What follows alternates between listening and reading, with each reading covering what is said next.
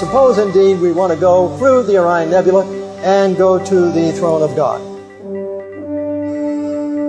Here we go. As we're leaving the earth here, and of course we'll pass the earth. We see the sun there to our right. Now approaching the sun, and you can see the Orion Nebula there past the sun. As we pass the sun, we're probably going over 100 times the speed of light. And approaching Orion, the individual stars will be passing at different times because they're at different distances from the earth. But it's actually in the sword of Orion. The middle star of the sword of Orion is the Orion Nebula. We're approaching it here. Coming closer, coming closer. The Orion Nebula is 1,500 light years from the earth.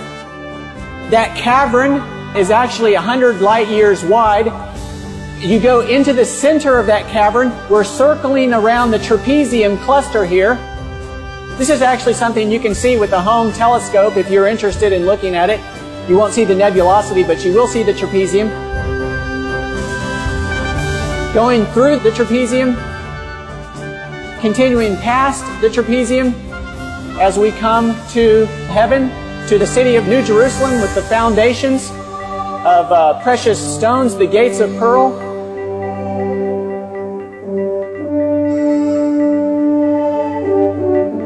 Approaching now to the temple in the New Jerusalem. The sanctuary.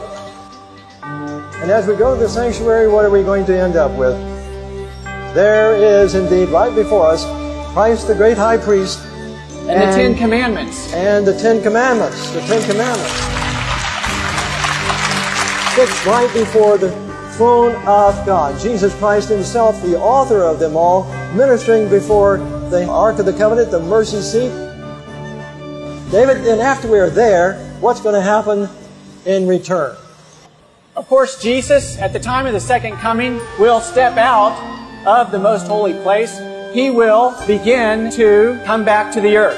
Of course, Jesus leaving the New Jerusalem there, coming through the open space in Orion.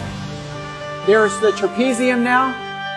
As you exit Orion, that great bowl configuration surrounding Jesus on his return will of course be millions and millions of angels surrounding him. Of course, as Jesus himself speeds toward the earth at thousands of times the speed of light,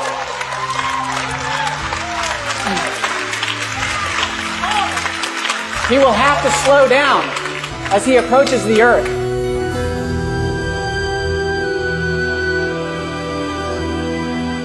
Coming through the solar system, he passes the sun, of course doing many times the speed of light until he gets close to the earth, slows down. The people on the earth will first see a dark cloud.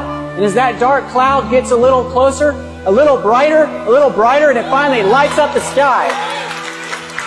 And as it lights up the sky, those people who are alive and waiting for Jesus will welcome him. Will say, "Lo, here is our God. We have waited for him." In Revelation 14:12, here is the patience of the saints. Here are they that keep the commandments of God and have the faith of Jesus.